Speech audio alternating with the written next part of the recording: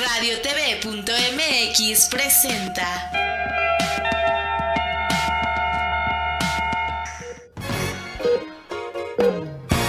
Pulso Saludable, cuidando tu estilo y forma de vida.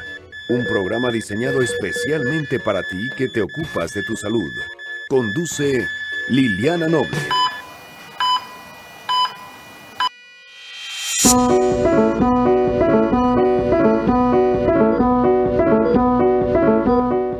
De la tarde con 5 minutos, 16 horas, 5 minutos. Muy buenas tardes tengan todas y todos ustedes. Soy Liliana Noble Alemán y le doy la más cordial bienvenida al Pulso Saludable del día de hoy, miércoles 20 de febrero de 2019. Feliz cumpleaños a los que cumplen en un día como hoy. Pues muchos besos, muchos abrazos.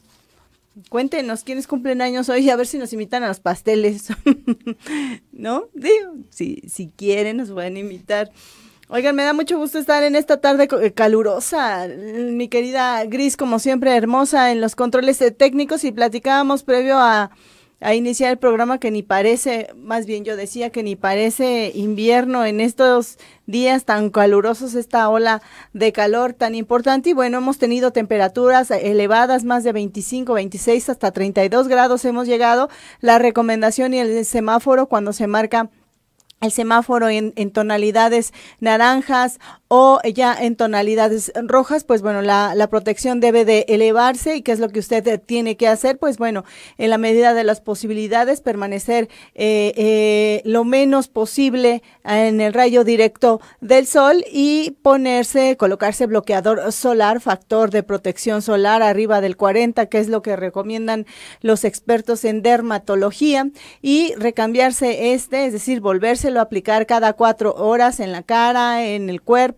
en las manos, en todos los lugares expuestos. Bueno, la primera vez debe de ser en todo el cuerpo, pero después de salir de casa ya solamente en los lugares expuestos, y de preferencia utilizar manga larga o una manga corta y encima un saco, un abrigo, etcétera, para poder protegerse.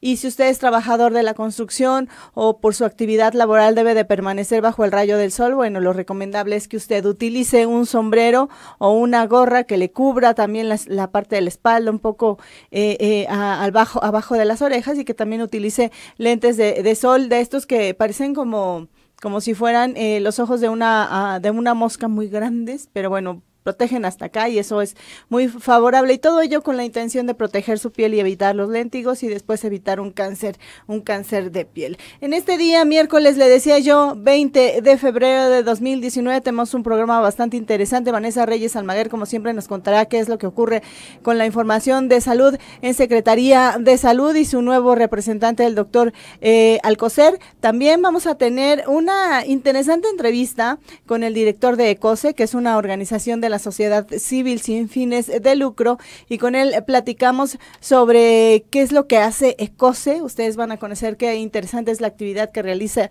esta organización civil, que fue creada justamente para recolectar todo el PET que se utiliza, y debemos de sentirnos orgullosos, mi querida Gris, porque por ahí se dice que hay mucho plástico y mucho PET, pero le cuento que de más o menos las 700 toneladas, 600, 700 toneladas, aproximadamente el 52, 53%, ya lo dirá el ingeniero Treviño más adelante, pero se recolecta afortunadamente, y la mayor parte de este PET que se recolecta, bueno, pues se reutiliza para hacer las mismas botellas en donde se almacena el agua potable. Quiero mandarle un saludo muy especial a mi chef consentido, a mi querido Pablo Euguren. Por ahí mándanos la dirección de donde tienes tu restaurante para que la gente vaya a conocer, a degustar todas las maravillas del mar que tú cocinas.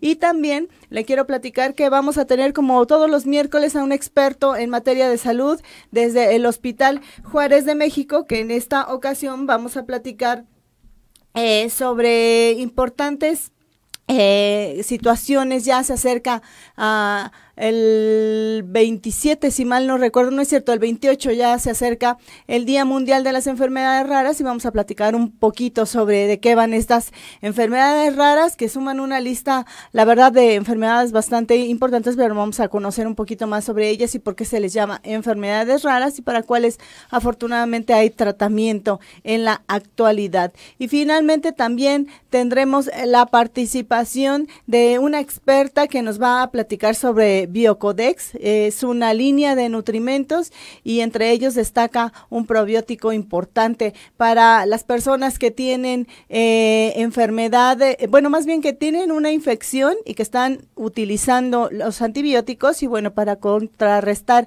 el efecto nocivo de los antibióticos es recomendable la utilización de los probióticos. También me está saludando Alonso Shiraki. Saludos, mi querido Alonso Shiraki. Si a usted le gustan mis dientes y siempre me han dicho que tengo una sonrisa muy, muy bonita, pues bueno, todo se lo debo a mi querido ortodoncista Alonso Shiraki. A ver, corazón, ¿cuándo vienes para que nos platiques este asunto de los brackets? Le puedo platicar que alguna vez me dijeron, yo fui una paciente heredada después de algunos años y orgullosamente debo de decir que Alonso siempre me decía que un buen bracket, es decir, este fierrito que nos colocan en los dientes, bien cimentado, es decir, bien pegado desde el origen, desde la primera vez, si lo hacen bien, nunca se te va a caer. Y yo le puedo decir que al principio me daba miedo como comer cosas duras porque pensaba que no podía y luego que se me fueran a caer. Y después Alonso me hizo favor de enseñarme cómo para seguir degustando todo lo que me gustaba, una manzana, un elote, una tostada, y quiero decirle que nunca se me cayó uno. Y la verdad es que fui atendida de una muy, muy buena manera por la gente del Unitec y en especial por Alonso Shiraki. Así es que, corazón, te mando muchos besos y gracias por estos dientecitos que tú me dejaste, porque yo le llamo que yo tenía dientes de rompanfila, es decir, cada quien por su lado. Y bueno, ya después me los corrigieron porque, bueno, más allá de un problema estético, que sería bueno que vinieras al programa, corazón, para que nos cuentes que más allá de un problema estético o de un asunto meramente estético, es un problema funcional que puede empezar a generar dolor en las articulaciones al momento de masticar. Y si no masticamos, si no destruimos completamente los alimentos, pues bueno, en el estómago no se van a destruir y porque ya no hay dientes y entonces después sobrevienen otros problemas como el síndrome de colon irritable y algunas otras molestias estomacales porque literalmente pudiéramos pasar o estar tragando los alimentos completos. Así es que mucho cuidado con todo ello y a ver, próximamente seguramente, dependiendo de la agenda de Alonso, tendremos a este genio de la ortodoncia acá en el programa. Y antes de pasar, como siempre, a la información de Vanessa Reyes Almaguer, le quiero platicar que Sanofi Pasteur presenta a Sanofi la vacuna hexavalente, sumando protección contra la hepatitis B, ya para niños menores a 2 años. La hepatitis B, le cuento, que puede dejar secuelas de por vida, principalmente en niños menores de 1 año de edad, de los cuales entre un 80 a un 90% pueden desarrollar cirrosis hepática y también cáncer hepático. Ahora podrá prevenirse a través de la nueva vacuna hexavalente, es decir, 6 en 1 de Sanofi Pasteur, que se presentó ya en México. Además, esta vacuna protege contra la difteria, contra el tétanos, la tosferina, la poliomielitis y la influenza del tipo B. Por su parte, la doctora Mercedes Macías Parra, quien es directora médica del Instituto Nacional de Pediatría, mencionó que entre los niños con infección crónica por hepatitis del tipo B, se estima que el 25% moriría prematuramente durante la edad adulta a causa de la cirrosis o, desafortunadamente, del cáncer hepático relacionada con esta enfermedad. Actualmente la hepatitis B es un problema de salud mundial, pues alrededor del 45% de la población mundial vive en áreas muy endémicas. A falta de un tratamiento eficaz, porque desafortunadamente hoy no existe un tratamiento y asequible, la prevención mediante la vacunación es la clave para prevenir las infecciones agudas y crónicas que produce esta enfermedad. Además, la influenza del tipo B, tétanos, difteria, tosferina y poliomielitis siguen siendo la causa de morbilidad y mortalidad que se pueden prevenir en la sencilla acción de vacunar a los pequeños. Mamás, no dejen de vacunar a sus hijos, sobre todo a los menores de 2 años. En la cartilla nacional de vacunación ahí viene el esquema, el que usted debe de seguir. Y bueno, ante este panorama, esta compañía farmacéutica comprometida con la innovación y el desarrollo de nuevas vacunas en beneficio de la salud de los niños presentó esta nueva vacuna hexavalente, es decir, 6 en 1. Les recuerdo que esta vacuna usted la puede adquirir en el Sistema Nacional de Vacunación y bueno, esta protege contra la difteria, tétanos, tosferina, poliomielitis y hemófilos influenza del tipo B. Y por supuesto, bueno, lo que ya nos decían en un inicio, para la hepatitis B. Por su parte, la doctora Alejandra Malacara, quien es directora médica de Sanofi Pasteur, comentó que con la llegada a México de esta vacuna hexavalente se refuerza el compromiso que tiene la empresa por proteger al mayor número de niños de infecciones pediátricas que pudieran repercutir en la salud pública del país y de esta forma se haría realidad la misión de que nadie sufra o muera por una enfermedad prevenible por la vacunación. Y bueno, pues aquí está un poquito lo que nos muestran ellos, lo enseño, que es el esquema de la vacunación, 6 en 1, que bueno, sirve para la difteria, para la influenza del tipo B, tétanos, tosferina, poliomielitis, hepatitis B. Y bueno, el esquema es una dosis al nacimiento con hepatitis B, luego una dosis a los 2 meses, la segunda dosis a los 4 meses, la tercera dosis a los 6 meses y un refuerzo adicional a los 18 meses. Así que no desista de vacunar a sus pequeños, evítese problemas y evite de verdad un riesgo de mortalidad. Puede ser una de estas enfermedades de contraerla a su pequeño si no lo vacuna. Dicho lo anterior, ¿qué le parece si juntos disfrutamos de la información que nos tiene como siempre listísima mi querida compañera y amiga Vanessa Reyes Almaguer? Me despido de redes sociales, pero me puede seguir con toda la información en materia de salud a través de la plataforma de esta empresa que es www.radiotv.mx y también nos puede seguir a través del Twitter. Nos puede escribir qué es lo que le gusta y lo que no le gusta de Pulso Saludable, @Pulso Saludable. Y bueno, como le dice el logo aquí atrás, en nuestra página en línea, www.pulsosaludable.com, y puede revisar los programas pasados en nuestro canal de YouTube. Así es que ya está listísima Vanessa Reyes Almaguer. Como siempre, muy buenas tardes. Adiós en redes sociales, regreso. La nota del día en Pulso Saludable.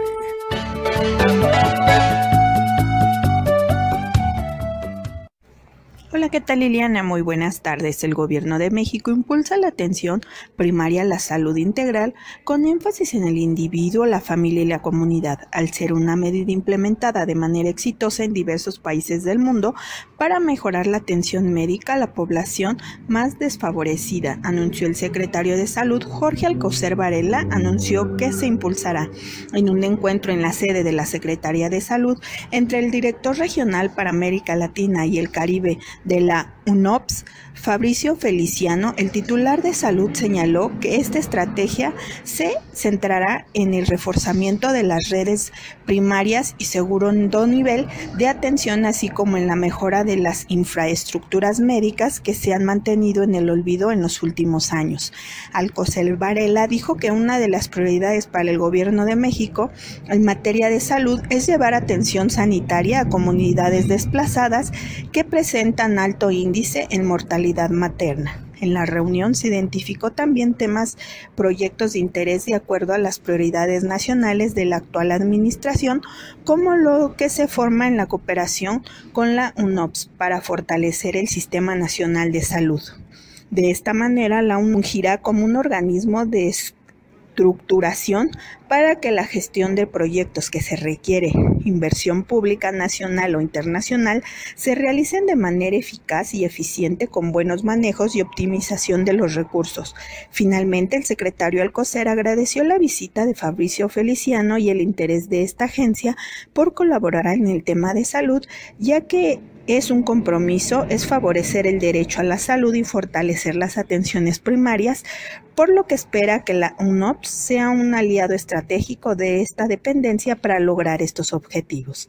Hasta aquí mi reporte, Liliana. Muy buenas tardes. Correo electrónico.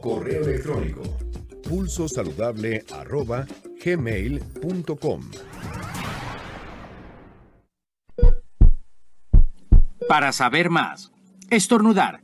Aunque muchos le atribuyen esto a presencias malignas, los estornudos no son otra cosa que la expulsión de aire de los pulmones, cuando el cuerpo detecta partículas extrañas en la mucosa nasal, y todo con la finalidad de protegerte de contraer una enfermedad. Qué interesante, como siempre, la información que nos favorece y que nos otorga y que nos presenta mi queridísima Vanessa Reyes Almaguer. Como siempre, Vanessa, gracias. Muy interesante tu participación en esta tarde, como siempre, destacadísima. 4 de la tarde con 20 minutos, 16 horas 20 minutos. Y les recuerdo que estamos transmitiendo completamente en vivo a través de la plataforma de esta empresa, que es www.radiotv.mx. Le quiero presentar la siguiente pieza. Es una entrega especial de una entrevista que tuve oportunidad de hacer. Formé parte de un taller que se dio a los periodistas que nos dedicamos a hacer, aparte de periodismo de salud. Bueno, cubrimos otras fuentes, entre ellas yo, una servidora, la parte de responsabilidad social empresarial. La responsabilidad social es todas estas acciones que favorecen a los trabajadores en casa, a los empleados y a sus grupos de interés y también al medio ambiente. Entonces tuvimos la oportunidad de estar en este taller para medios para conocer un poquito de la terminología y de lo que va. Dos empresas muy importantes, Pepstar y la que hoy nos referiremos en esta primera entrega, porque la segunda la haremos después con la otra empresa, pero hoy platicaremos un poquito de lo que es ECOSE. Y le cuento rápidamente que es una asociación civil ambiental creada y auspiciada por la industria de productos de consumo, líder en sustentabilidad ambiental y herramienta de la responsabilidad social. La sustentabilidad es una herramienta, una de las ramas importantes de la responsabilidad social de sus asociados, a través de la recuperación de residuos de envases y empaques de sus productos para su reciclaje en México. Además, son el primer organismo en México en poner acciones concretas sobre el manejo adecuado de los residuos de empaques y envases. Opera en México el Plan Nacional Privado Colectivo de Manejo de Residuos de Envases de PET y aluminio y otros materiales, y también hasta hoy han sido muy exitosos en tener un sistema de voluntariado y proactivo auspiciado por la industria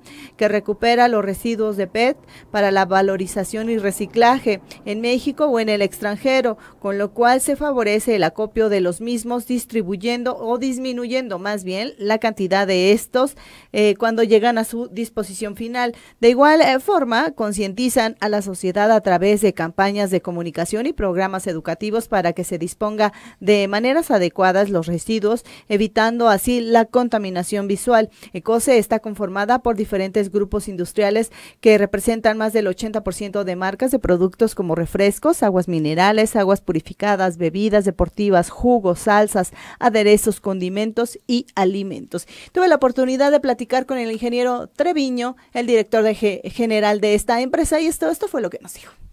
Regreso. Las buenas noticias en Pulso Saludable.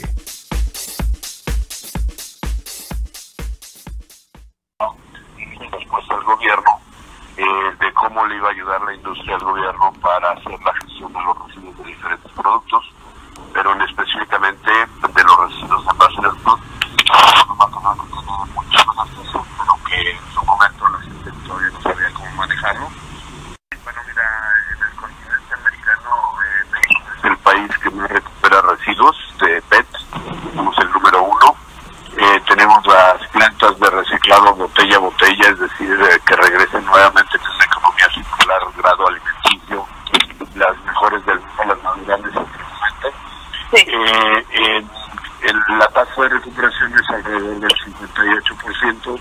Yo, de PET, creo que estamos en los primeros lugares del mundo en la recuperación del reciclaje de PET, sobre todo porque en el resto del mundo se va a fibra textil. En el caso de México regresa principalmente a envases. El 75% del PET que se recupera en México regresa a envases. Esto nos permite tener ahorros de energía, de materias primas, beneficios ambientales y generar una industria muy importante para México de reciclaje. Yo creo que sí tenemos con una gran conciencia ambiental como ciudadanos. No hemos encontrado totalmente los mecanismos y el camino para tener una mejor infraestructura y mejores servicios que nos permitan canalizar bien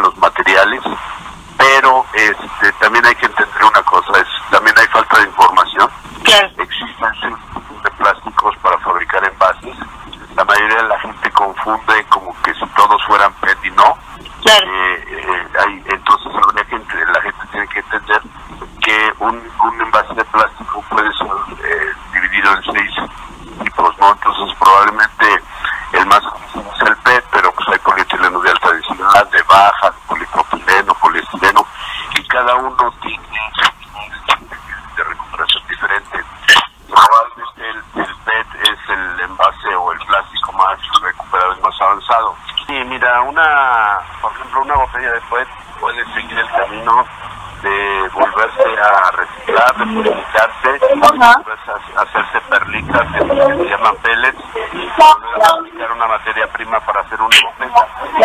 Un filamento, y ese filamento se convierte en una fibra poliéster, y con la fibra poliéster tú puedes confeccionar un hilo en combinación con otra fibra como el algodón, y puedes generar una tela que te puede servir para hacer camisetas, ropas, pantalones, etcétera. Las buenas noticias en Pulso Saludable.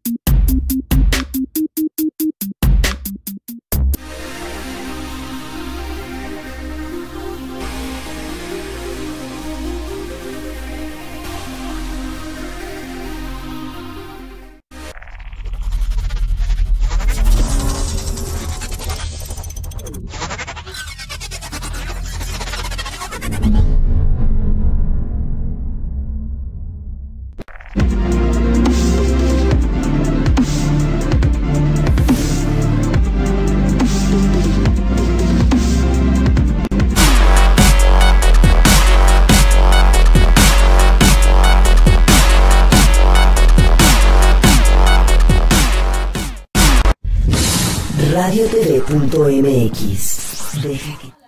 4 de la tarde con 27 minutos, 16 horas 27 minutos. Les recuerdo que estamos transmitiendo completamente en vivo a través de la plataforma de esta empresa que es www.radiotv.mx y nos puede seguir simultáneamente en las transmisiones a través de las redes sociales. Me está saludando mi queridísimo Juan Rivas. Juanito, muchos besos. A él lo pueden ver y escuchar en Uno TV. Si nos puedes decir, corazón, me imagino que andas siguiendo a Andrés Manuel, quiero pensar. Y si no, bueno, ahí nos cuentas más o menos qué horarios y qué días, porque la verdad es que es un reportero, bueno, nos conocemos desde Monitor, y no es que estemos muy grandes, lo que pasa es que éramos muy pubertos, muy jóvenes, cuando decidimos emprender este camino y esta pasión que compartimos sobre el periodismo. Tiene una mujer, una esposa maravillosa y un pequeño que, bueno, ya huele a suegro, y el bebé está pequeñito, como 3 años, yo creo que tiene el tan chulo niño. Pero bueno, pueden seguir, dice que por lo pronto no está siguiendo a Andrés Manuel, pero cuéntanos, mi querido Juan, antes de que me salga de este corto informativo, dónde te puede seguir y dónde te puede ver la gente. Bueno, en todos los espacios informativos de Uno TV. Yo también te mando muchos saludos. Y antes de continuar con la siguiente información, bueno, más bien para la siguiente información le cuento que Biocodex México y Danone Company realizan o hacen una alianza en favor del crecimiento y el desarrollo de los niños. A partir del 2019, la farmacéutica especializada en microbiota y probióticos distribuirá y promoverá el portafolio de Nutricia. Son productos para niños con requerimientos especiales de nutrición como trastornos funcionales, digestivos, alergias a las proteínas, tanto de la leche de vaca como otras alergias y otras alergias alimentarias que también suelen tener este tipo de niños. Además, también pueden aportar beneficios en el retardo del crecimiento, no en el retraso, en el retardo del crecimiento y la desnutrición, y también pueden aumentar el requerimiento nutricional. Así es que tuve la oportunidad sobre estos nuevos línea de productos, de platicar con la doctora Sydney Greenaway. Ella es pediatra con maestría en nutrición clínica por la Escuela Dietética y Nutrición del Instituto de Seguridad y Servicios Sociales de los Trabajadores del Estado, el ISSSTE, y esto fue lo que nos dijo. Vamos a platicar con ella, o más bien platiqué con ella sobre los probióticos. Si quiere conocer completita la entrevista, es muy sencillo, ingrese a www.radiotv.mx, me salgo de este enlace a través de redes sociales, pero me puede continuar viendo a través de la plataforma de Radio TV. Adelante.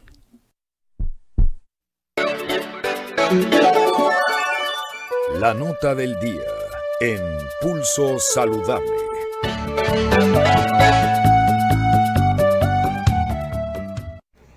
Hola, ¿qué tal, Liliana? Muy buenas tardes. El Gobierno de México impulsa la atención. Pulso saludable al cuidado de tu nutrición.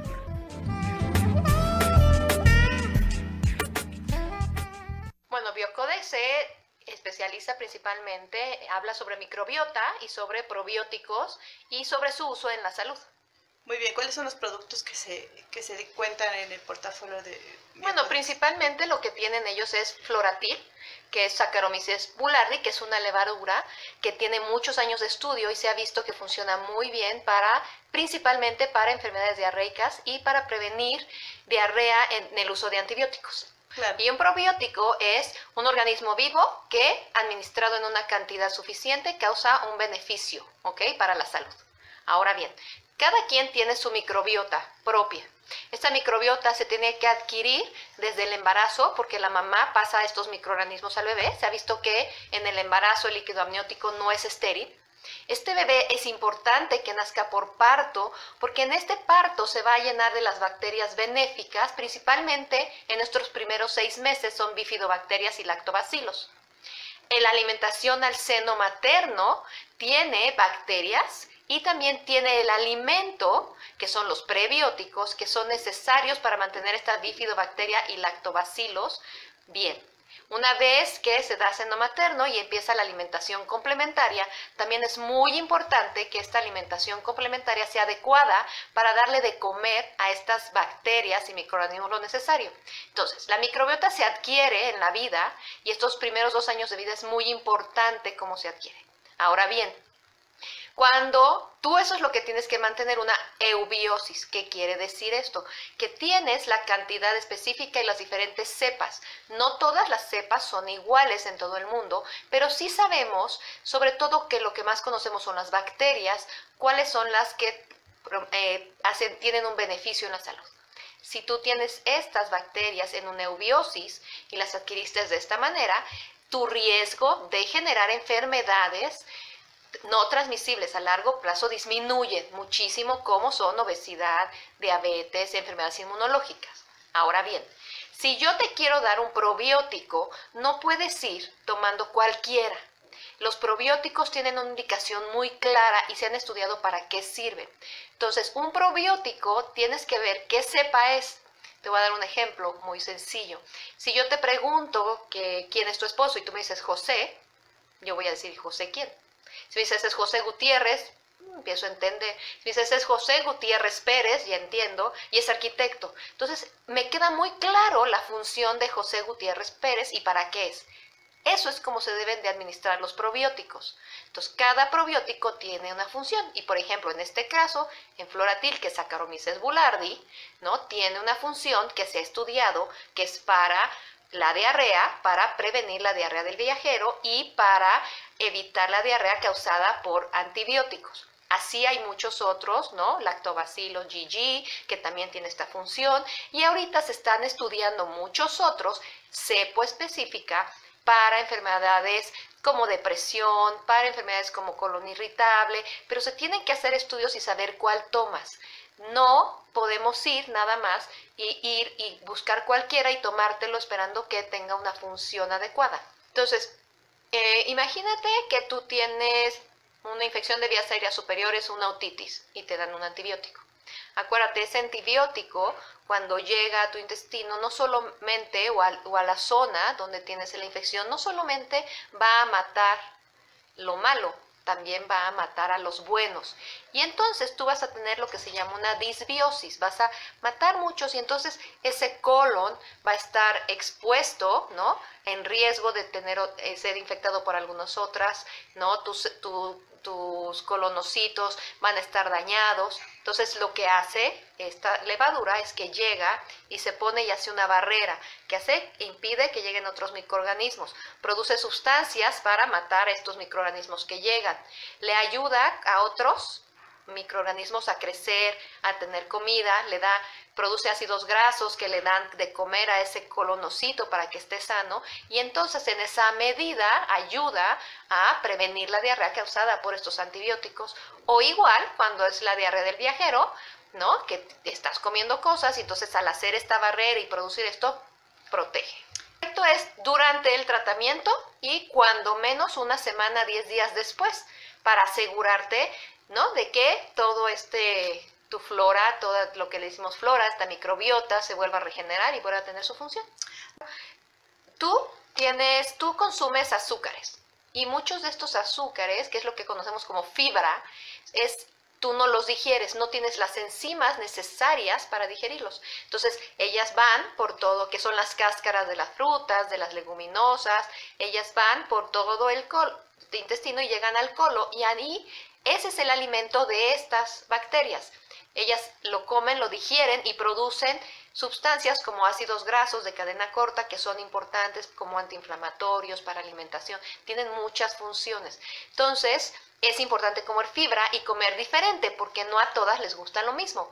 Podríamos decir que a unas les gusta el brócoli, a otras les gusta la jícama, a otras les gustan los frijoles. Entonces, también hay de ahí la importancia de una dieta variada y con abundante fibra. Para prevenir, una de las maneras más eficaces de prevenir es el lavado de manos. Un adecuado lavado de manos siempre antes de manejar cualquier alimento y después de ir al baño, ¿no? Tenemos que lavarnos muy bien las manos. La otra es el adecuado lavado de los alimentos, ¿no? Los alimentos tienen que ser muy lavados, tienen que ser desinfectados y tienen que tener una buena cocción. La verdad es que comer fuera en lugares, en la calle, pues disminuir eso de comer fuera porque sabes que aumenta el riesgo. Todos estos productos lácteos hay que tenerlos refrigerados, que no estén afuera porque pueden tener bacterias. Los huevos hay que cocinarlos bien, ¿no? Porque tienen riesgo de salmonela. Entonces, estas son medidas generales de congelar, de cocinar bien, de lavarte las manos. Ahora bien, cuando tienes una diarrea, lo número uno que tienes que hacer es estar bien hidratado, porque la consecuencia principal de una diarrea es la deshidratación, sobre todo en niños. El niño se muere de deshidratación. Entonces, estar bien hidratado. Por lo general no restringes la dieta. Al contrario, si tú tienes un intestino que está siendo atacado, que tiene que estar funcionando, absorbiendo para tener defensas, para producir, tienes que darle de comer. Entonces, esta idea de que cuando estés no des de comer tampoco. Obviamente, a veces te sientes mal y tu cuerpo dice no comas, pero tienes que comer cuando menos lo necesario. Y una dieta astringente, ¿no?, ayuda a que formes bolo y no tengas tanta. Y en este momento sí, hay ciertos probióticos que son muy útiles para disminuir la duración y los síntomas. Te ayudan, los tomas durante la diarrea y cuando termina la diarrea. Sí, ayuda bastante. Lo que les recomendaría a las mamás es siempre, la verdad es que el alimento es tu medicina. Tenemos que enseñar a los niños desde que empiezan a comer a tener una alimentación variada. Esto quiere decir que tienen que tener verduras, frutas, carbohidratos, que son todos los cereales como arroz, tortilla, trigo. Tiene que haber leguminosas, frijoles, habas, oleaginosas, que son los aceites, pero aceites buenos. Y tiene que haber almendras, cacahuates. Tiene que haber también huevo, que es muy buen alimento, y lácteos. Si tú estas cosas las combinas, vas a tener todos los micronutrimentos para que ese niño pueda crecer y esté sano. Entonces, la dieta es lo principal que tenemos y obviamente en una cantidad adecuada para que eso aporte la energía que requiere. Al niño que come bien, por lo general, y una buena cantidad es un niño sano, se va a enfermar menos y en el caso de que se enferme, se va a curar más rápido, va a tener cómo hacer porque sus defensas están funcionando, las está creando, tiene todo lo necesario. Entonces yo les recomendaría a las mamás que esta alimentación es básica para estar sano. Lavarse las manos, un buen higiene es muy importante y solamente utilizar probióticos cuando su médico se los recete con una indicación muy clara. Si no, yo creo que no vale la pena. Para saber más. Hipo. Este es un sonido causado por la alteración o irritación en el diafragma, misma que sucede cuando comemos muy rápido, nos excedemos en el consumo del alcohol o respiramos por la boca o nariz de forma acelerada. Lo que significa que cuando tu cuerpo realiza este sonido, te está diciendo, alto, no lo ignores.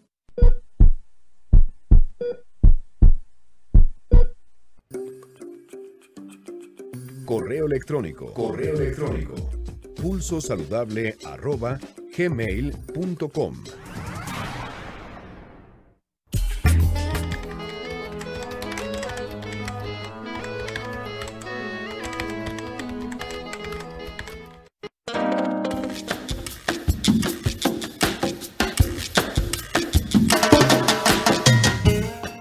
En Pulso Saludable, hoy nos acompaña 4 de la tarde con 40 minutos, 16 horas 40 minutos. Les recuerdo que estamos transmitiendo completamente en vivo a través de la plataforma de esta empresa, que es www.radiotv.mx, y simultáneamente también nos puede escuchar a través de la fanpage de este programa con el nombre de Pulso Saludable. Y ya se encuentra conmigo en la línea telefónica la doctora María del Carmen Palacios Reyes. Ella es investigadora en ciencias médicas del Hospital Juárez de México con especialidad en genética, y en esta tarde vamos a platicar estos últimos minutos de programa en Pulso Saludable en este miércoles 20 de febrero sobre la antesala, la conmemoración del Día Mundial de las Enfermedades Raras, que se llevará a cabo la próxima semana. Doctora María del Carmen, gracias por tomar la llamada de Pulso Saludable. Muy buenas tardes. Hola, buenas tardes. Buenas tardes a usted, al auditorio, y pues un gusto estar aquí con ustedes. Gracias, doctora. Pues para dar inicio y para que entendamos un poquito por qué se llaman enfermedades raras, ¿a qué se refiere este término, doctora? Bueno, las enfermedades raras se denominan así por la frecuencia. Es decir, hay enfermedades que son muy frecuentes, por ejemplo la diabetes o la hipertensión o la obesidad, ¿no? Pero hay enfermedades que son menos frecuentes, cada una en particular deben de tener una frecuencia menor o igual a 1 en 2,000 personas. Entonces, todas aquellas que cumplen este criterio, así por definición, se conocen como enfermedades raras. Y pues como tal, pues no las vemos tan frecuentemente, ¿verdad? Por esa frecuencia. Doctora, ¿y cómo hacen los expertos para ir describiendo, poniéndole nombre a la afección, a la enfermedad?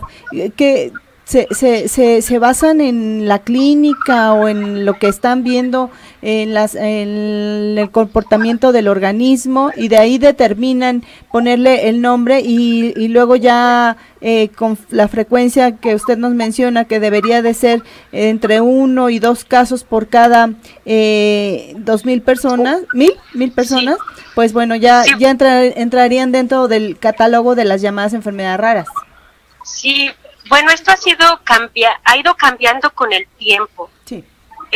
Este término de enfermedades raras pues es más frecuente, o es más reciente más bien, y el nombre que reciben pues ha ido cambiando, o a veces una misma enfermedad puede tener varios nombres, claro. por cómo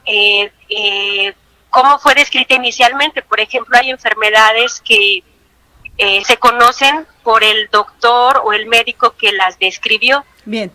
Aunque no se considera una enfermedad rara, pero por ejemplo el síndrome de Down, claro, pues la describió el doctor John Langdon Down. Claro. Y por ejemplo tendríamos dentro de ese grupo de enfermedades tendríamos el síndrome de Turner, que bueno, también el doctor Turner fue quien describió la enfermedad. Después, entonces tenemos varias enfermedades así, con el nombre o el apellido de algún personaje, ¿no? Sí. Hay otras enfermedades donde está el nombre, digamos que se describen algunas características clínicas del paciente. Claro. Por ejemplo, se me ocurre ahorita un síndrome óculo-mandíbulo-facial, ¿no? Óculo de ojo, mandíbulo de la mandíbula y facial pues de toda la cara, ¿no? Entonces ese sería otro nombre. Y hay otros nombres que se pueden deber, por ejemplo, a que ya conocemos algo de la enfermedad, claro, ¿no? Por ejemplo, podemos conocer el órgano que se afecta o las lesiones que presentan, por ejemplo, la neurofibromatosis. Esta es una enfermedad rara que afecta principalmente nervios y piel, y entonces presentan unas lesiones los pacientes que se llaman neurofibromas. Claro. Y entonces de acuerdo a eso pues se llama neurofibromatosis, ¿no? Doctor. O, sí, bueno, además agregaría otra cosa. Sí.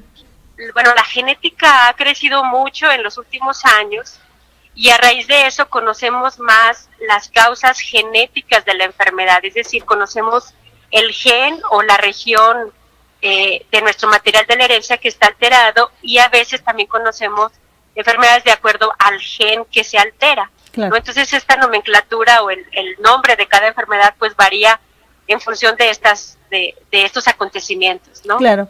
Doctora, ¿se conoce cuántas más o menos enfermedades de las llamadas raras actualmente están registradas como tales? ¿Hay algún número aproximado?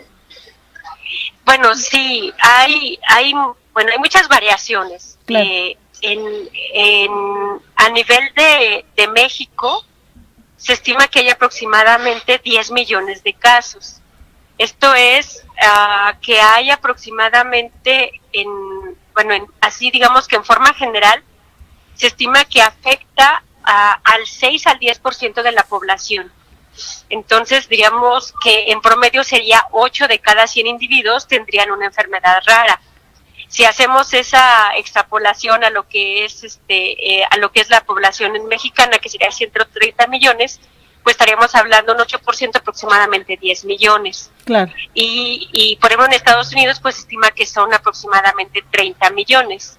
Entonces, pues pareciera, uno cuando menciona una enfermedad rara pareciera como algo no muy frecuente. Claro. Y efectivamente puede ser no muy frecuente para el tipo de enfermedad, pero ya en conjunto pues vemos que sí son frecuentes. Doctora, María del Carmen, ¿y más o menos cuántas enfermedades raras existen hoy en día? Bueno, no sabemos exactamente así un número preciso. Se estima que son alrededor de 7,000, aunque se estima un rango que va de 6,000 a 8,000 enfermedades diferentes. Y yo creo que, todavía hay una como nomenclatura especial ahí, o un grupo especial, que se les llaman enfermedades que aún no tienen nombre, ¿no? Claro. Entonces, pero en promedio hablaríamos de 7,000 diferentes tipos de enfermedades raras. Ahora bien, doctora, ¿cuáles son las más frecuentes en nuestro país de estas llamadas enfermedades raras? Bueno, yo diría que la más frecuente sería la fibrosis quística. Sería muy difícil decir todas las más frecuentes, porque como que a veces confundimos las más conocidas por las más frecuentes. Claro. Hay otras también muy frecuentes, por ejemplo, el síndrome de X frágil, el síndrome de Torrer, por ejemplo, también es frecuente, la neurofibromatosis es frecuente, el síndrome de Marfan es frecuente. Estas que acabo de mencionar más o menos tienen una frecuencia de 1 en 3,000, 3,500. Sí. ¿Sí? La distrofia muscular de Duchenne también tiene cierta frecuencia. Hay otras que son menos frecuentes, por ejemplo el síndrome de Williams tiene una frecuencia de 1 en 7,000. Claro. Y hay otras más raras, ¿no? Pero digamos que si las clasificáramos por el tipo de enfermedad o por la afección, yo diría que las enfermedades neurológicas, las enfermedades metabólicas y las enfermedades cromosómicas pues serían de las más frecuentes. Ahora bien, doctora, ¿cómo es que se diagnostica este tipo de enfermedades? ¿A través del tamiz neonatal o en los años avanzados de la etapa de la vida de las personas? Sí, bueno, esa es una pregunta muy importante, porque de acuerdo a al tipo de enfermedad es la causa, y de acuerdo a la causa es el método diagnóstico. Por ejemplo, todas las enfermedades que son errores innatos del metabolismo, pues las podemos detectar con un tamiz metabólico. Pues generalmente un tamiz metabólico es nada más un monitoreo o un tamizaje, sí, donde nos orienta que puede haber algo mal. Y dependiendo de qué tan amplio sea este tamiz, pues podemos detectar desde unas cuantas enfermedades a podemos detectar más de 100 enfermedades. Claro. Ahora, si sospechamos que fuera una enfermedad metabólica, pero si fuera, por ejemplo, algo cromosómico, entonces ahí necesitamos otro tipo de estudio. Ahí necesitamos lo que nosotros denominamos un cariotipo. El cariotipo es para ver a grosso modo lo que es el material de la herencia. Claro. Y después de eso, bueno, vienen otros estudios más especializados, ya moleculares. Algunos de ellos se llaman FISH, por ejemplo, que es una inmunofluorescencia in situ, que también se deriva de un cariotipo, y hay otros más finos todavía, donde podemos hacer, digamos, como leer la secuencia o el fragmento de un gen en particular.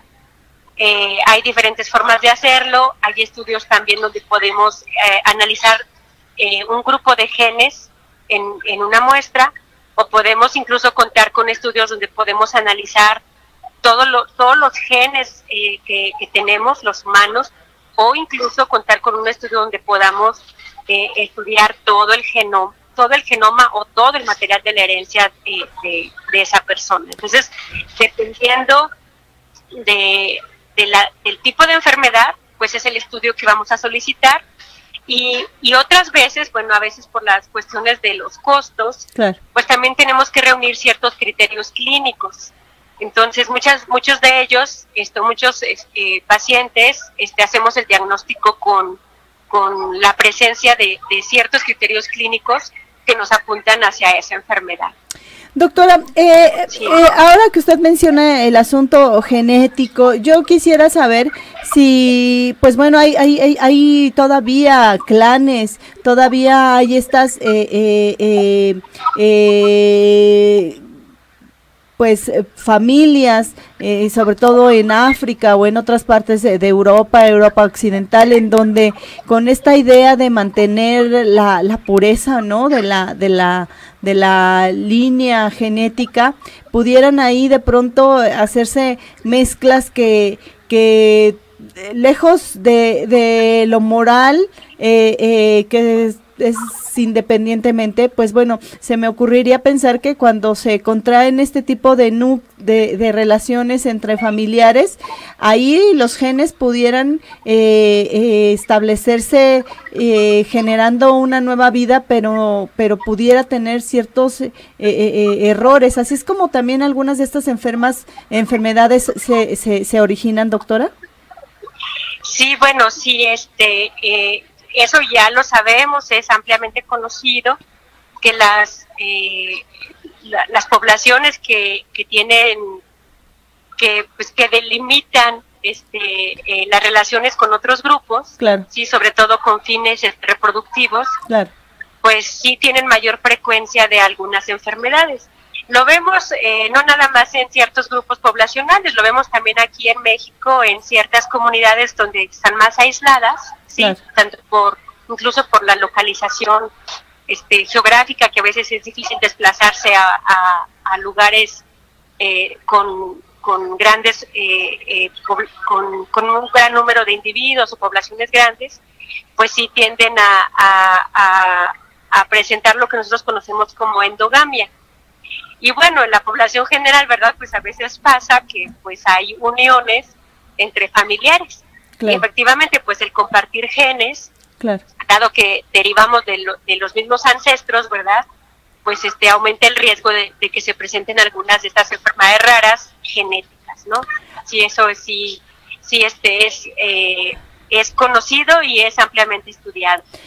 Le recuerdo a la gente que estamos platicando con la doctora María del Carmen Palacios Reyes. Ella es investigadora en ciencias médicas del Hospital Juárez de México, con especialidad en genética, sobre el tema de las enfermedades raras.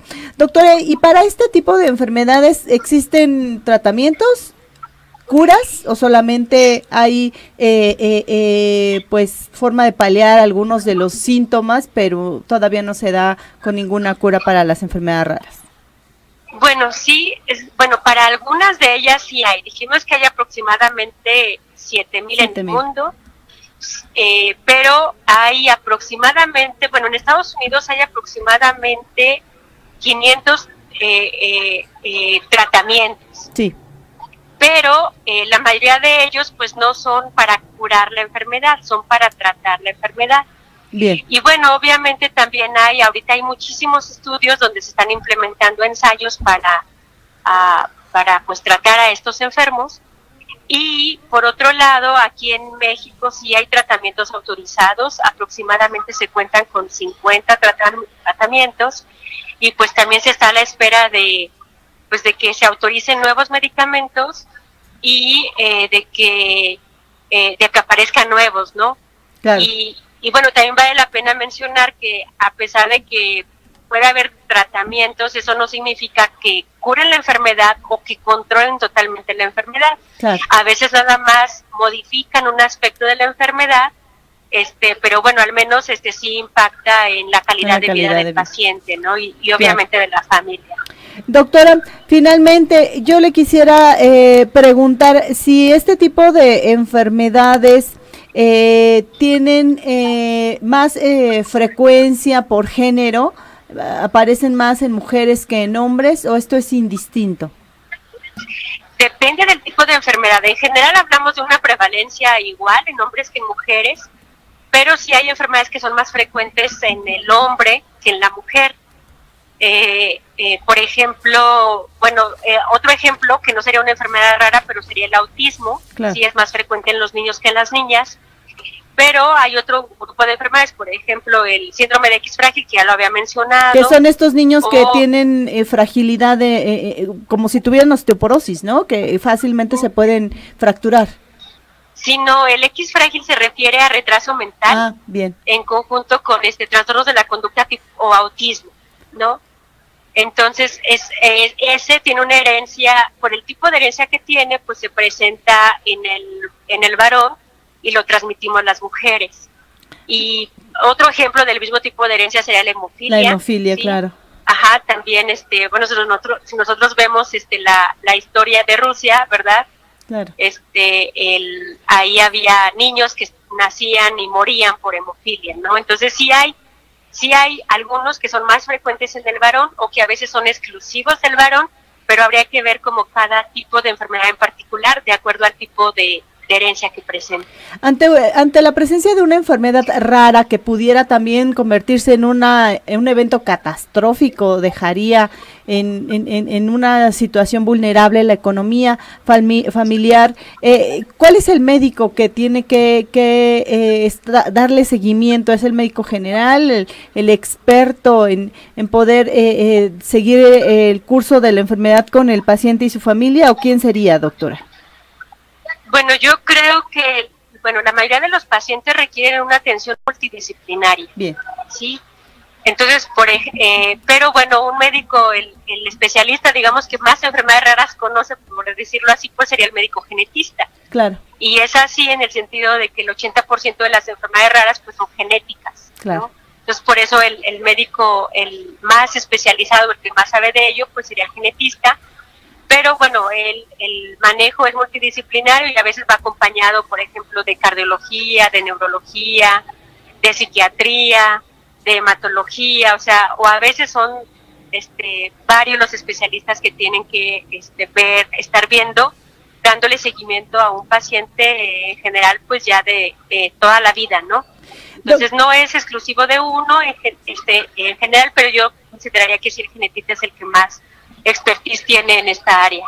Finalmente, doctora María del Carmen, ¿cómo van a festejar, a celebrar?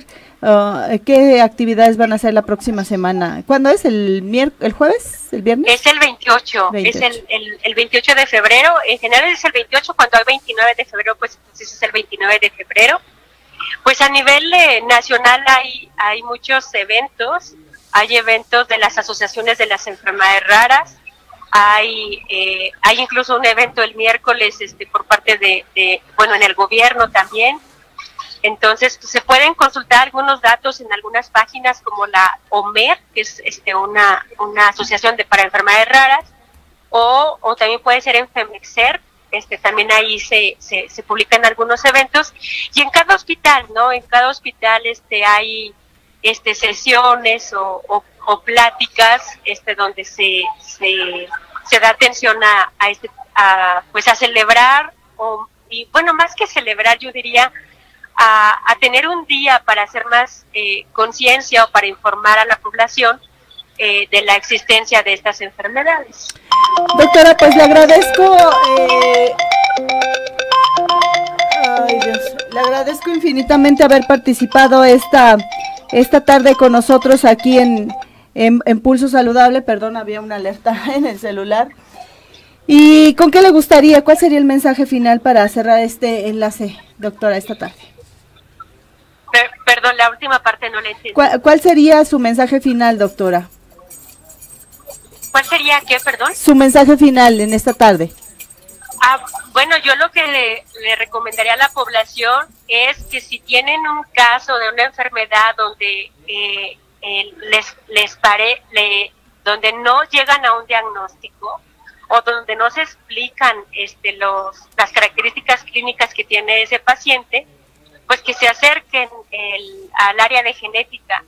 En este caso, en el Hospital Juárez, pues hay una preconsulta, ¿sí? En la preconsulta se evalúan al paciente y se valora si tiene datos clínicos compatibles con alguna enfermedad que requiera atención por genética o por algún otro servicio.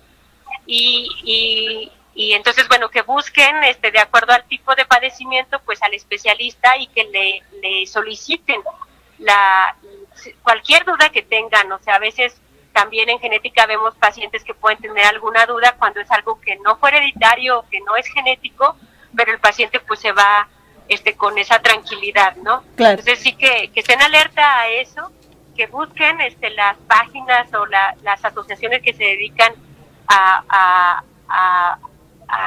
las enfermedades raras, y que siempre busquen la opción o de ver a un genetista, que sería el más adecuado para determinar si tiene una enfermedad rara o no, y para dar el diagnóstico adecuado y por lo tanto el manejo adecuado. Doctora, pues le agradezco infinitamente haber platicado con nosotros estos minutos sobre las enfermedades raras. Le deseo una excelente tarde. Al contrario, con todo gusto, igual, bonita tarde. Gracias. Hasta luego. Y la voz de la doctora María del Carmen Palacios Reyes, le decía yo, investigadora en ciencias médicas del Hospital Juárez de México con especialidad en genética. Y con esta información me toca despedirme, no sin antes recordarle que tenemos una cita mañana, 4 de la tarde en punto. Soy Liliana Noble Alemán, tenga un excelente miércoles, una excelente tarde de miércoles. Nos escuchamos mañana. Adiós. Adiós.